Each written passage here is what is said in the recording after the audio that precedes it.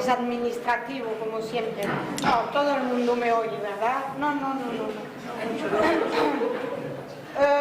Les ruego que cuando tengan un momento pasen a darnos el número de su habitación.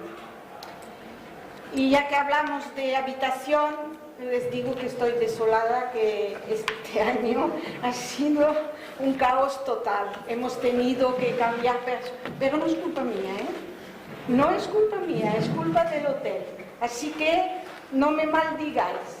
Pero sí que es verdad que ha habido muchos problemas de habitación. Luego, otro error mío. Todo lo que está mal hecho soy yo, ¿eh? Ténganlo en cuenta. Todo lo que está bien hecho, pues son los demás. Entonces, el horario de comida no corresponde, en realidad es las 13:30 y a la tarde las ¿qué? ¿Dónde está Leo? Mario. Sí. Pone las 8:30, yo creo que es más pronto, ¿no? Bueno, lo iremos viendo cuando abran de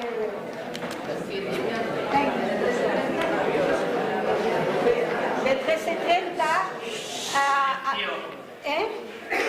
de 13:30 me parece a 14:30, una hora, no dan más. Hay que tener cuidado porque ahora pasa en España lo que pasa en Francia, que los sindicatos son muy fuertes y cuando es la hora de cerrar, se cierra. Bien. Luego, alguien muy amable me ha prestado este post-it. Lo puede recuperar porque yo decía, no tengo un post-it, no necesito. Ella se presentó, pero luego alguien me ha regalado este bonito post-it. Y entonces digo, es que es el maná que cae. Pedid y se os dará. Y en Cataluña dice, qui no plora, no mama. Yo he llorado porque necesitaba esto y me lo han regalado. Así que quien me ha prestado este lo puede recoger. Luego quisiera dar las gracias a todas las personas que nos ayudan, porque hay personas que nos ayudan. Pedro Bel, que no sé dónde está, sobre todo, para el manual. Leo, que cuenta los billetes, yo no los sé contar, los billetes, no los sé contar.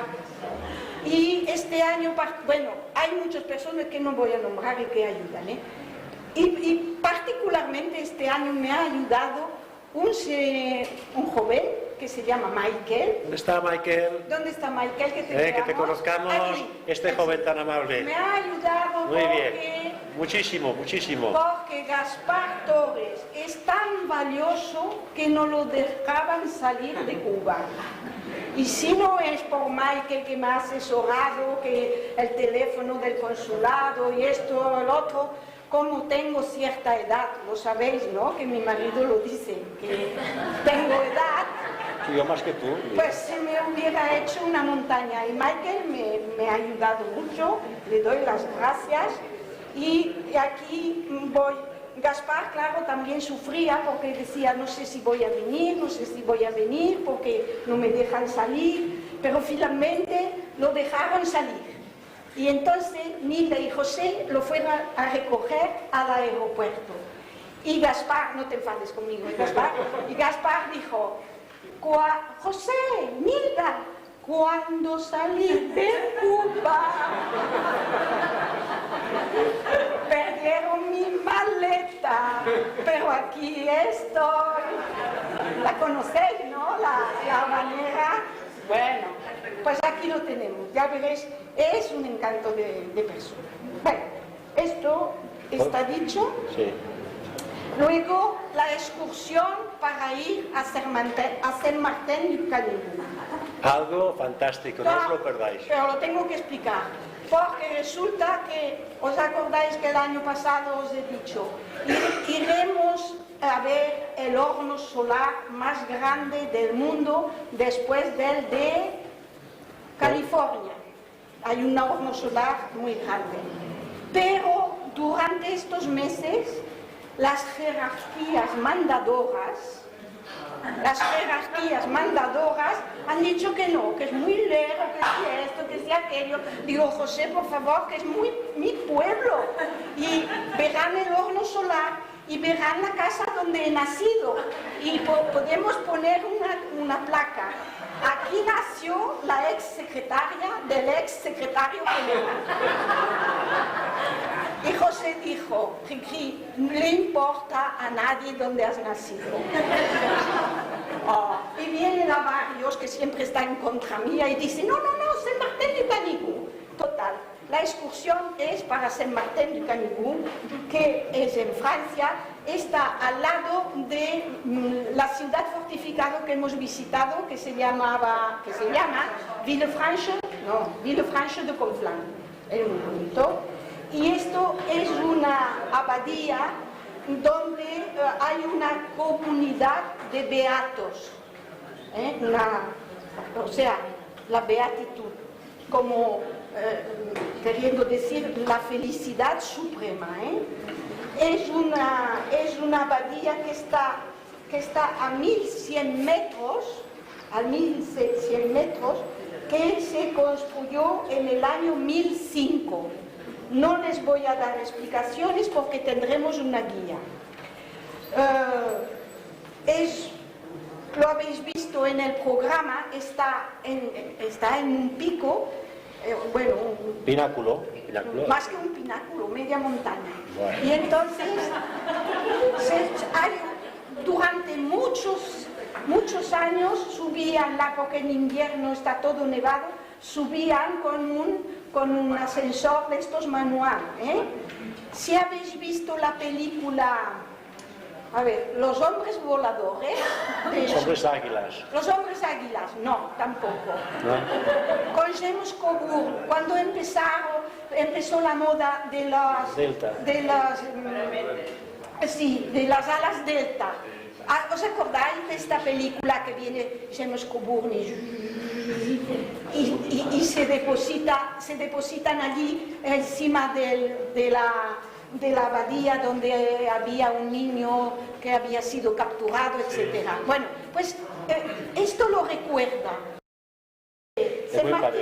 Es muy parecido, aunque el otro está más, no es tan frondoso. Bueno, pero no os asustéis, que hay aspectos para una vida más fácil material, pero en la que es esa misma mente y estos mismos sentidos volcados hacia el mundo externo, totalmente incompetente para conocerse a sí misma, para conocer la verdadera causa de sus dolores y de su sufrimiento, y que por ello tenemos que seguir investigando para ver quiénes somos.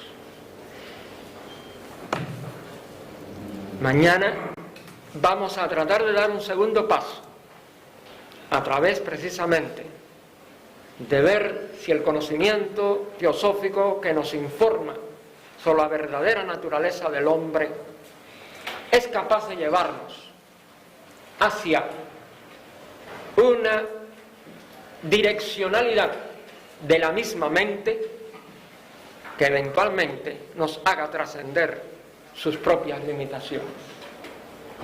Espero que mañana puedan ustedes estar con nosotros y continuar esta búsqueda juntos.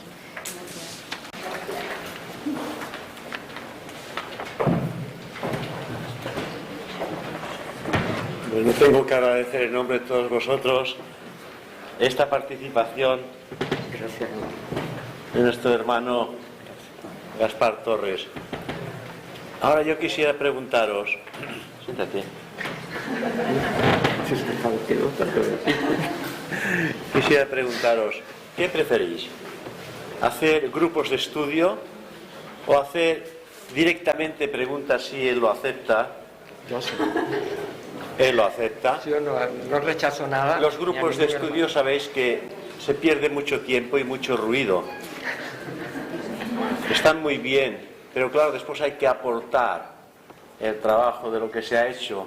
Quizás puede ser más ameno y directo, si os parece, hacer preguntas y él responderá. sobre el tema que él ha enfocado, un tema realmente fantástico. Nos da la oportunidad de reflexionar sobre él y establecer esas diferencias que existen en nosotros, esa incógnita que está constantemente en lucha en cada uno de nosotros. Sufrimos, él lo ha dicho con otras palabras, porque queremos.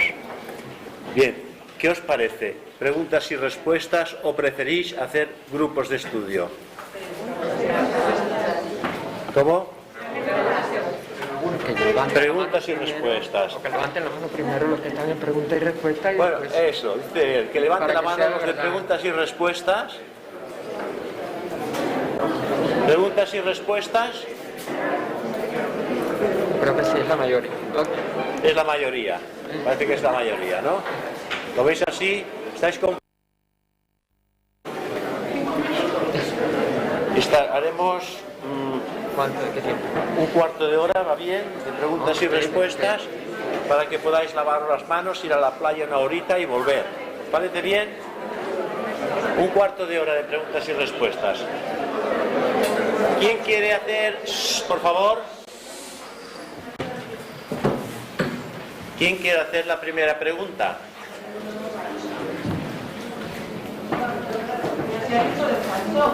¿Cómo? ¿Cómo?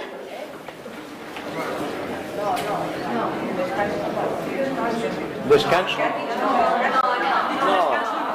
No. Ahora un descanso, perdón, yo no sé quién la ha pedido, pero... Perdón, un descanso ahora sería romper el ambiente creado donde están presentes las palabras y la intencionalidad con que estas han sido dadas. Me parece que esto es aquello que despierta alguna que otra pregunta en nosotros. Si alguien tiene una pregunta, podemos empezar a romper el hielo en este sentido. ¿Tienes tú una? Dice. Ah, me ha parecido que levantabas la mano.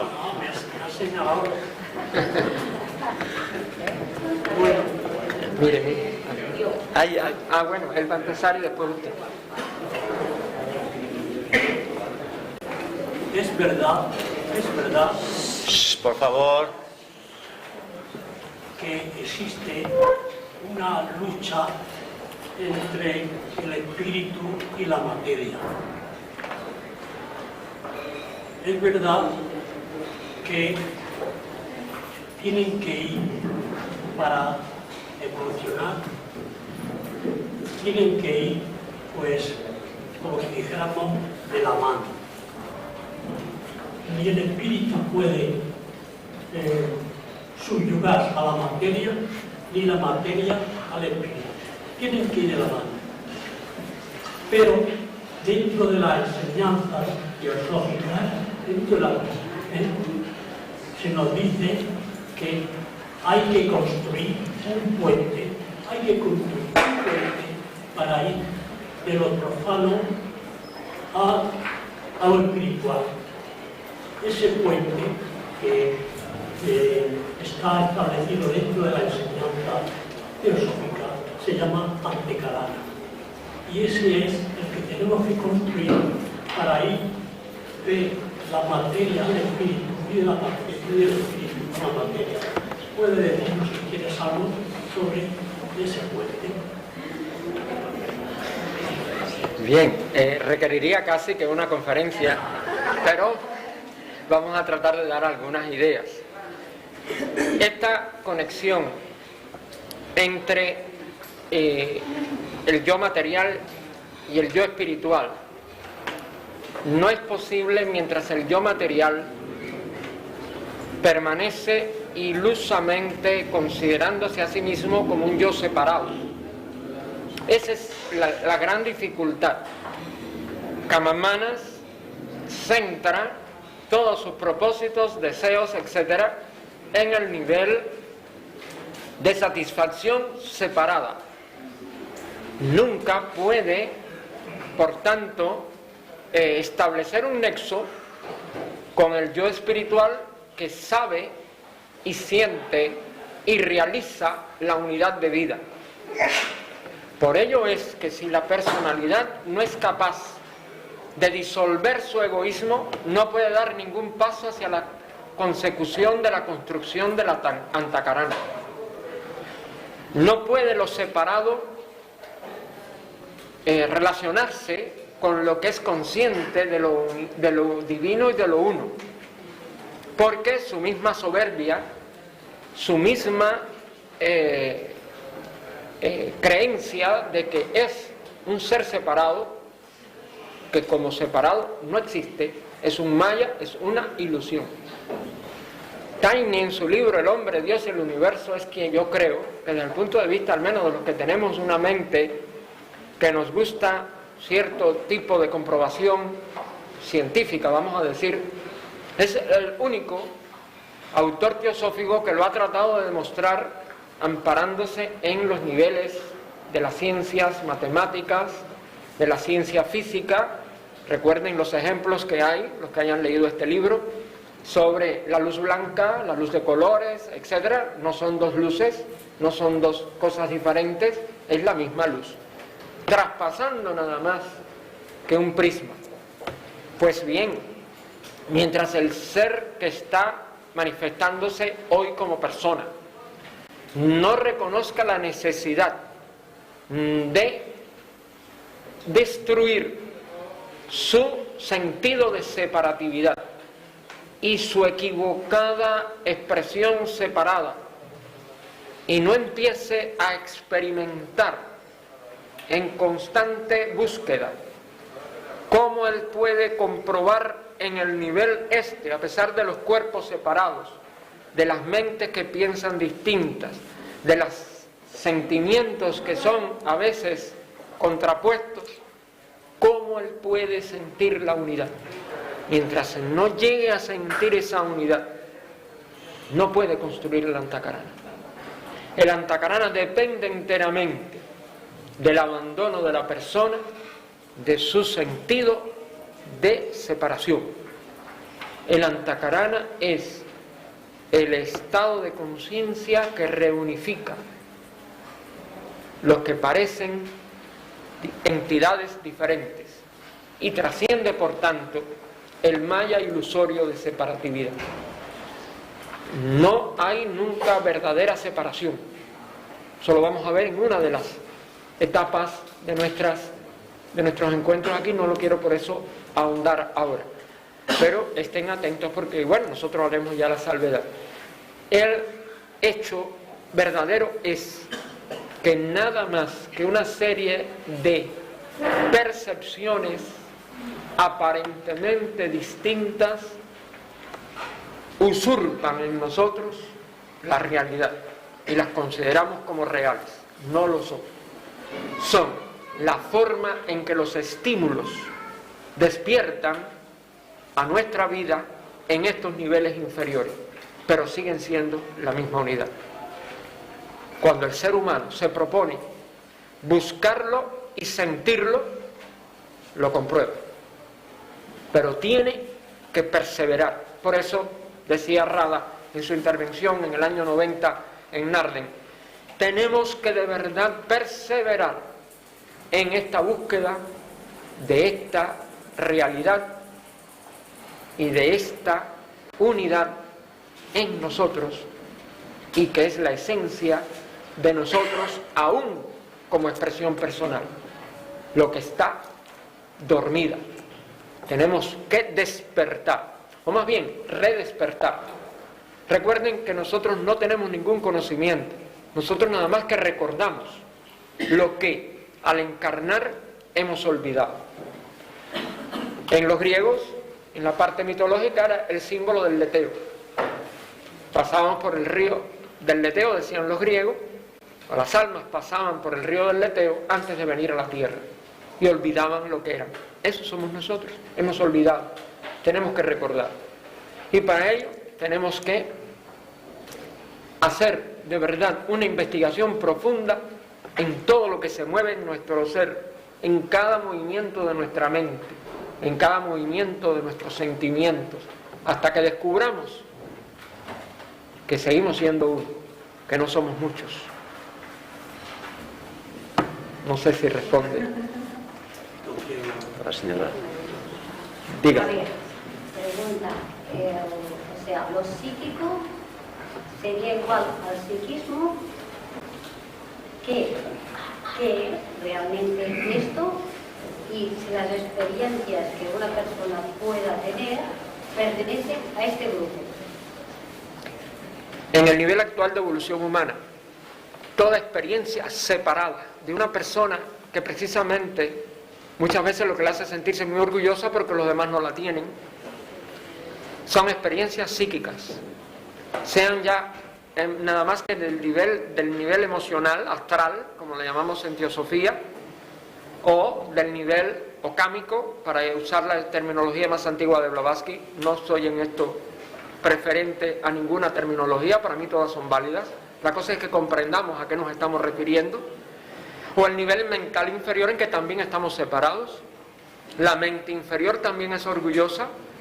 La mente inferior también se cree más sabia que otros y no tiene ninguna sabiduría ni la puede alcanzar. La verdadera sabiduría es el amor de la unidad. No hay otra sabiduría. Cualquier otro conocimiento, cuando este cerebro termine o sea inutilizado por un derrame cerebral, no tiene ya ningún valor. Lo tengo que volver a buscar, lo tengo que volver a ejercitar, lo tengo que volver a memorizar en la vida siguiente. Entonces no es sabiduría, la sabiduría pertenece a lo eterno. Luego, todo lo que se obtiene separadamente en niveles personales, aunque sean más sutiles que los niveles personales del cerebro físico, siguen siendo temporales, siguen siendo mortales, siguen perteneciendo a la parte inferior del hombre, que tiene que elevarse, que tiene que suprimirse como entidad separada a sí misma, tiene que renunciar a la separatividad para poder de verdad acceder a lo que es verdaderamente espiritual. El hombre material en el conocimiento teosófico incluye todo lo de la personalidad inferior separada, que íntegramente es mortal. Que el cuerpo cámico dure un tiempo más allá del cuerpo físico después que morimos físicamente, eso es un hecho. La vida de la personalidad no termina con la muerte física, pero termina un poco después, quizás algunos años después, cámicamente también. Pero es que aún la vida en Devachan termina, porque es la esencia de la personalidad que puede asimilarse el ego, pero el vehículo en que se gestó el cuerpo mental inferior también termina. Luego pertenece a lo material. Todo lo material es mortal. Su estructura es una estructura que está en relación con vida inferior. Otro de los puntos que lo hacen imposible de que nosotros le vemos. ¿De qué están formadas las células de nuestro cuerpo físico? De vida celular. Y esa vida es una vida que está en un nivel de evolución muy distinto al nivel humano. Y nuestros cuerpos emocional y mental inferior tienen esencia elemental. Una vida que está en el arco involutivo. Claro, por eso es tan fuerte nuestra lucha, porque esa esencia elemental quiere que cada vez nosotros seamos más densos, más estúpidos, más egoístas. Son las tendencias que nos impulsan hacia abajo. Pero la vida humana ya no está en el arco involutivo, está en el arco evolutivo, está en el sendero de retorno. ¿Por qué va a ser la esclava de los que están empezando o comenzando el sendero de vida y no han llegado ni al reino mineral? Nosotros muchas veces, aunque queramos mucho a un animalito nuestro, una mascota, no la obedecemos. Al contrario, la mascota nos tiene que obedecer. Y sin embargo obedecemos a los elementales, que están por detrás del reino vegetal, por detrás del reino mineral. Y estamos muy contentos. Yo estoy haciendo lo que quiero. No, yo estoy haciendo lo que quiero, una esencia elemental que no ha llegado a ser ni mineral. Y eso pasa con los psiquistas. Empiezan a ser el juguete de los elementales de sus cuerpos sutiles. Y se sienten orondos de que tienen grandes poderes. pobres e infelices. Son los juguetes de esencias elementales, y todavía peor, de elementarios, el detritus y la excreción final de una esencia elemental que no han llegado ni a ser minerales. Y el hombre se siente orgulloso de ser el esclavo de ellos. ¿Es eso sabiduría? La prueba está, los más grandes psiquistas del mundo han terminado locos, enfermos. Ninguno ha recibido de verdad una verdadera iluminación mística, porque aún Santa Teresa de Ávila, y es una mística de España, Santa Teresa de Ávila tuvo que echar muchas sabandijas porque toda su primera etapa fue muy psíquica, y si no aprende de que cuando iba aquel sacerdote que le hacía un exorcismo y ella veía que la sabandija se escondía y se dio cuenta que era cuando él asperjaba con agua bendita, y un día le arrebata, en lo que creyeron los que la rodeaban, un ataque de locura, el pomo de agua bendita al sacerdote y lo tiró directo contra donde la sabandija, como ella la llamaba, al elemental, se había escondido en un rincón de la habitación, y logró destruirla. Eran elementales que parece que ella traía de encarnaciones anteriores, pienso yo, porque la vida de ella, aunque ella decía que no, que tenía muchos pecados de que arrepentirse, claro, mentalmente todos tenemos muchos pecados de que arrepentirnos. No sé si el de ella era de nivel mental, porque ella fue una doctora mística y tenía que tener una mente muy desarrollada. Pero solamente cuando ella destruye aquello, es que ella empieza a poder en su oración a sacar la primera agüita del cubo. ¿Saben el símil, no? En el libro de su vida está como ella echaba el cubo al pozo y no sacaba el cubo vacío. Ella oraba por nada, claro, porque oraba con egoísmo. Oraba a través de sus elementales psíquicos y logra su primer avance místico cuando ella se percata de que esos elementales tenían que eliminarse totalmente, no echarlos a un lado por un tiempo. Esa es la enseñanza desde el punto de vista místico, aunque ella no pudo hablar quizás todo lo que sabía, aparte de que parte de sus escritos fueron quemados al morir ella, pero queda lo suficiente para darnos cuenta, sobre todo las iniciaciones de ella, está la vestidura blanca, la cadena de oro, todos los simbolismos de las iniciaciones que ustedes puedan ver en un libro como el de Leadbeater, de los maestros del sendero, etcétera, están en el libro de su vida. Y allí ustedes se dan cuenta que ella llegó a iniciaciones, pero las pudo llegar porque eliminó los elementales. Si ella se queda en los niveles psíquicos, hubiera sido una monja más y quizás un fracaso más de la iglesia cristiana. Pero si llegó a la cumbre porque echó a los elementales y cesó en su psiquismo. La realización espiritual es de unidad. Por eso ella ya se arrobaba y comulgaba con Cristo en el sentido pleno de la palabra. ¿Cristo qué cosa es? La vida una de todos nosotros. No es una figura histórica, aunque haya expresado ese principio de una manera plena. Es Buddhi. Y entonces cuando Manas en una Buddhi Manas, Kama Manas queda totalmente en silencio, porque los dos no pueden hablar a la vez. Sí. Buenos días, amigo Gaspar. Buenos días. Buenos días. Mi pregunta es en ese sentido. En su época de la maestra Blavatsky, ella sostuvo una discusión en las páginas del CIPRCB con un seguidor de la corriente budista, un doctor alemán, sobre esa cuestión que en el budismo se habla del desapego a lo material, a lo mundanal, y que la maestra decía que era el Fugamundi en realidad era un egoísmo simplemente destilado. Y mi pregunta es en ese sentido, ¿cómo uno puede percibir o darse cuenta de que el buscar ese desapego no esté siendo más que una forma de fuga? Es muy difícil. Una de las cosas que olvidé, porque yo tenía varias cosas que quería decir esta mañana y siempre se me olvidan, y ustedes me disculpan, pero bueno, su pregunta me lo trae a colación. Una de las cosas que yo quería decirles es que aunque en general la sociedad teosófica, y tenemos que ser sinceros y buscar, yo no estoy diciendo aquí algo que sea una opinión mía o un juicio mío, yo lo que quiero es que ustedes investiguen.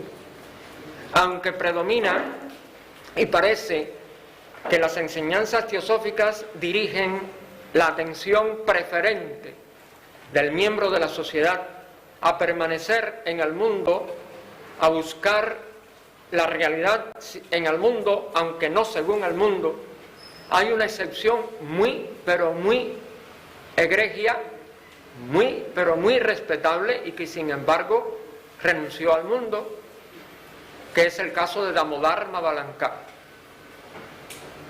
Y a mí siempre me ha intrigado, yo he estudiado a Damodar Mavalankar, lo que escribió, su vida, lo que Olcott, la carta del maestro, donde lo declara el primer triunfo de la sociedad teosófica, cuando Olcott creía que era que él había muerto y que por eso no había regresado. Y siendo un triunfo, el maestro le ratifica, no, él venció su debilidad, estuvo muy grave, casi muere, pero no murió. ¿Por qué no volvió? Parece que hay casos en que no se vuelve. ¿Por qué? Lo tengo que investigar con ustedes, no lo sé. Pero obviamente hay una excepción en la sociedad histórica, consagrada por la carta del maestro a Olcott, y Olcott vivió hasta el final de su vida esperándolo. Olcott decía, él volverá, él volverá, él volverá.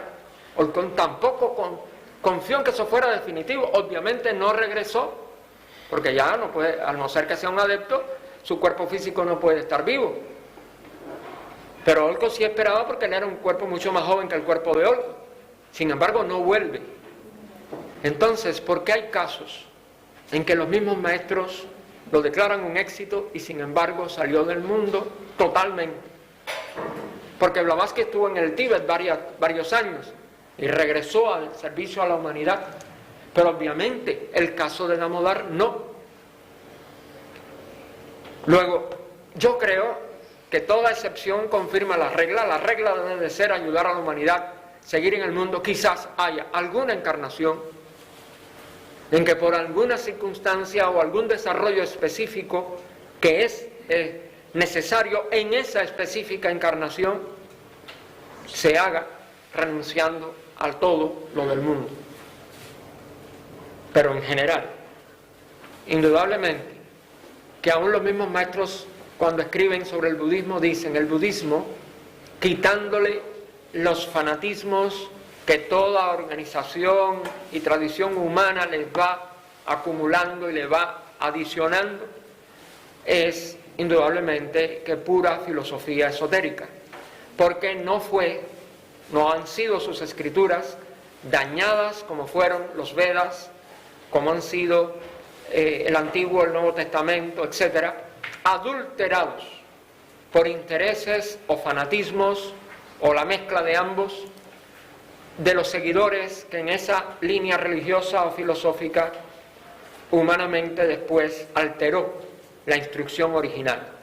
Hay mucho de la instrucción original del Buda, pero indudablemente hay mucha tergiversación y mucho fanatismo que no ha llegado, por ejemplo, en el caso del budismo, por suerte para el budismo, kármicamente hablando, a justificar, por ejemplo, las guerras religiosas, justificadas o persecuciones religiosas en general, justificadas por casi todas las demás, o todas, yo creo, las demás religiones del mundo, que no ha degenerado en fetichismo de imágenes, etcétera, excepto en algunas líneas muy pequeñas de algunos países budistas, en que las estatuas a veces son, vamos a decir, adoradas por los seguidores, aunque originalmente no fueron construidas con ese fin.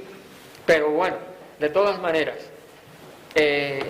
lo que predomina para que nosotros tratemos de hacer en nuestro mundo actual, y digo predomina por este hecho de esta excepción de Damodar y quizás otras que no conocemos porque no hayan trascendido, que él sigue la línea de la sociedad teosófica y las enseñanzas que hemos recibido. Debemos mantenernos en el mundo, luchar por la humanidad, tratar de hacer todo lo que podamos por ella, pero con el énfasis en lo interno, y en solucionar las causas internas que son las que originan todos los problemas y desafíos externos. Esto también está en 2 cartas que les recomendamos estudien ustedes. La carta célebre que el maestro KH, maestro Kutumi, escribió a Francesca Arundel cuando fue designada tesorera de la Logia de Londres, y la carta que el maestro Moria le envió a la esposa de Gebhard, Mary Gebhard, en Alemania. La primera está en la primera serie de cartas como carta número 4. La última que les dije, la del maestro Moria a Mary Gebhard, en la segunda serie de las escritas por Gina, las compiladas por Gina Rayadasa, como carta 72. Allí se ve la distinción que hace el maestro entre nuestro deber externo y nuestro deber interno, en que lo interno y la ayuda interna que requiere la humanidad es la perentoria y la que no podemos renunciar ningún miembro de la sociedad teosófica, porque en la ignorancia de la humanidad actual, en la ignorancia de estas corrientes psíquicas que hoy predominan otra vez en el mundo, nada más que la humanidad está condenada a fracasar y a aumentar sus problemas, porque las soluciones psíquicas no lo son, son soluciones temporales, externas, mortales. El hombre tiene que enfrascarse en la divina aventura del descubrimiento de lo eterno, de la verdadera vida espiritual dentro y en la totalidad del ser, porque está dentro de nosotros, lo más profundo dentro de nosotros, que somos el todo y no somos ya nada.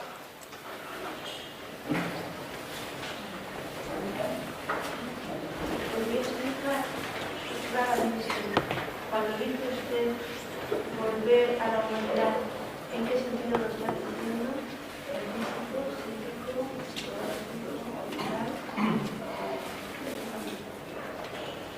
Bien, es en un sentido fundamentalmente en el físico, ¿no? Es decir, no salir de nuestra vida familiar, de nuestra vida social, de nuestra vida universal, porque somos ciudadanos del mundo. Es decir, ser un ciudadano más, aunque estemos constantemente en una verdadera búsqueda, como lo haría el mayor místico en la celda más apartada del más apartado monasterio o de la selva, como los de la India, etc. Es decir, que todo lo interno se empiece a buscar sin dejar de cumplir todos los deberes externos, pero haciendo el énfasis en nuestra ayuda a los demás, aunque no omitamos ninguna responsabilidad física. Si yo tengo una fortuna, si yo tengo una industria y tengo obreros a mi cargo, yo debo atenderlos, yo debo ayudarlos en todos los niveles físicos que ellos necesiten o que yo sea capaz de solucionar algún problema externo de ellos. Pero que yo atienda a todos los seres humanos y a la humanidad como unidad, a todas sus necesidades de descubrimiento de la sabiduría divina, del descubrimiento del verdadero objetivo de la vida, del descubrimiento de lo que tenemos que hacer con nuestra propia psiquis, con ese antakarana que tenemos que construir. A todo eso tenemos que cooperar a que la humanidad conozca, tenga primero la información y después, a través de nuestro ejemplo, a través de nuestra lucha constante con nosotros mismos, la inspiración para seguir esos pasos de los bienaventurados seres, porque es la única forma en que la humanidad puede de verdad solucionar los grandes sufrimientos que hoy padece. Sin omitir nada externo, ayudar en todo lo interno. ¿Hay alguna pregunta más? Esta y última pregunta. Gaspar nos habló del poder de no ser nada. Entonces, ¿qué actitud deberíamos tomar cuando estamos estudiando, cuando estamos adquiriendo conocimiento, para llegar a ese poder de no ser nada? La única actitud posible,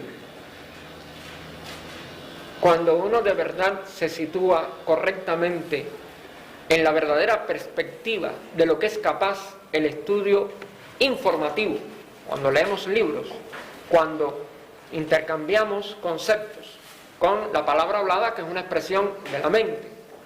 Estamos trabajando exclusivamente con la mente, y la mente nunca puede ser sabia en el nivel separado. Es decir, no puede haber una mente más inteligente que otra. No puede haber una mente más sabia que otra, porque ella nunca llega a la sabiduría, ella aislada. Pueden haber buscadores unidos de la verdad que en un momento dado tengan determinado éxtasis o samadhi, en donde la sabiduría se realiza en el estado extático samádico, pero nunca en el cerebro separado. Puede después ese samadhi iluminar al cerebro, pero nunca lo obtiene el cerebro. Nunca Gaspar va a ser más sabio que tú. Sencillamente, si Gaspar sigue buscando y algún día desaparece como Gaspar separado, puede traer al organismo de Gaspar un vehículo de sabiduría como la de una Blavatsky, los grandes seres, pero no sabrá que es Gaspar ya. El ser separado terminó. Sencillamente expresa la vida divina porque es lo único que puede expresar. Hay varias preguntas que en distintos momentos se le hicieron a Krishnamurti sobre por qué él seguía hablando si nadie se había de verdad convertido en otro Krishnamurti, y él respondió: ¿por qué dan perfume las flores? Ya esa es su naturaleza, y siguen dando perfume porque es su naturaleza. La naturaleza de la vida divina se va a expresar a través de cualquier ser, pero él sabía que no era él. Y él lo decía: esto que está trabajando a través de este cuerpo. Él era un espectador, casi él sabía que no era él. Y por eso es la grabación última que él manda hacer antes de morir. No digan que se fue al Devachan, no digan que reencarnó, que hizo esto, pero terminó. Te acercarás a la llama, pero nunca la tocarás. Te acercarás a la luz, pero nunca tocarás la llama, más o menos, para decir otra vez una cita de Luz en el Sendero, lo que no la tengo de memoria. Sencillamente el sentido es este. Tú puedes acercarte cada vez más a la realidad, a la verdad, a la luz, pero ella no es alcanzable por el ser separado. Sencillamente desapareces como ser separado y readquieres la conciencia de la unidad, pero la unidad no eres tú. La unidad es la unidad, más nada. Esto es difícil de realizar y tenemos que investigarlo hasta que lo realicemos. Pero esta es la gran enseñanza de los grandes seres. Ninguno de ellos se ha presentado como un ser extraordinario. Saben que no lo son. Lo extraordinario es el único ser. Ellos son tan criaturas cuando se manifiestan en un cuerpo como cualquiera de nosotros. Los mismos maestros en sus cartas los dicen. Cuando estamos funcionando en nuestro cuerpo físico, somos un ser humano limitado, con determinadas limitaciones. Claro, menos limitaciones que las nuestras, porque es un cuerpo puro, porque es un cuerpo noble, porque no tiene karma negativo, todas estas cosas. Porque es un cuerpo que ellos manifiestan para un propósito. Pero la verdadera sabiduría, la verdadera realidad está allí. Por eso los maestros son tan humildes en sus cartas. Léanla sobre todo a Cine, su humilde servidor.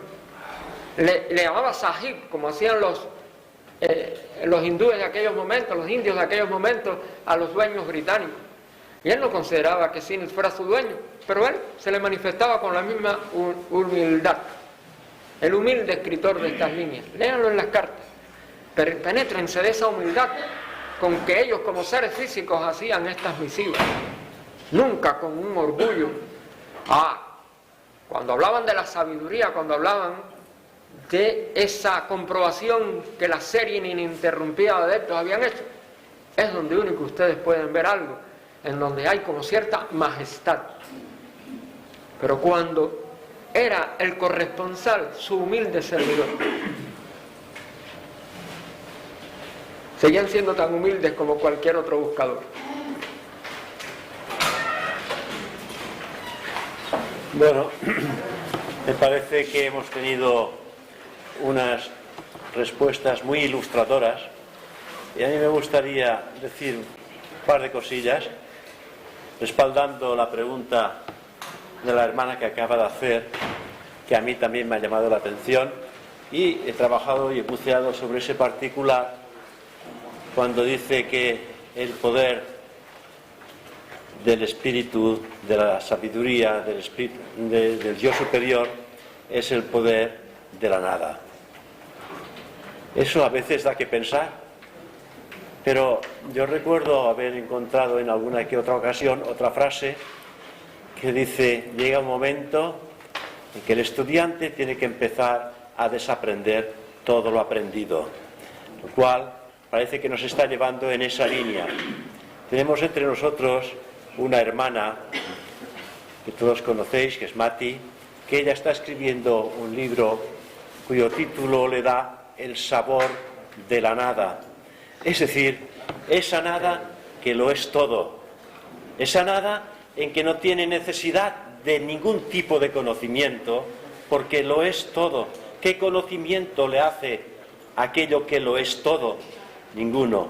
Entonces empezar a desaprender todo lo aprendido es una necesidad difícil de emprender para el estudiante que siempre quiere saber más. Claro. Muy bien, muy bueno, broche de oro.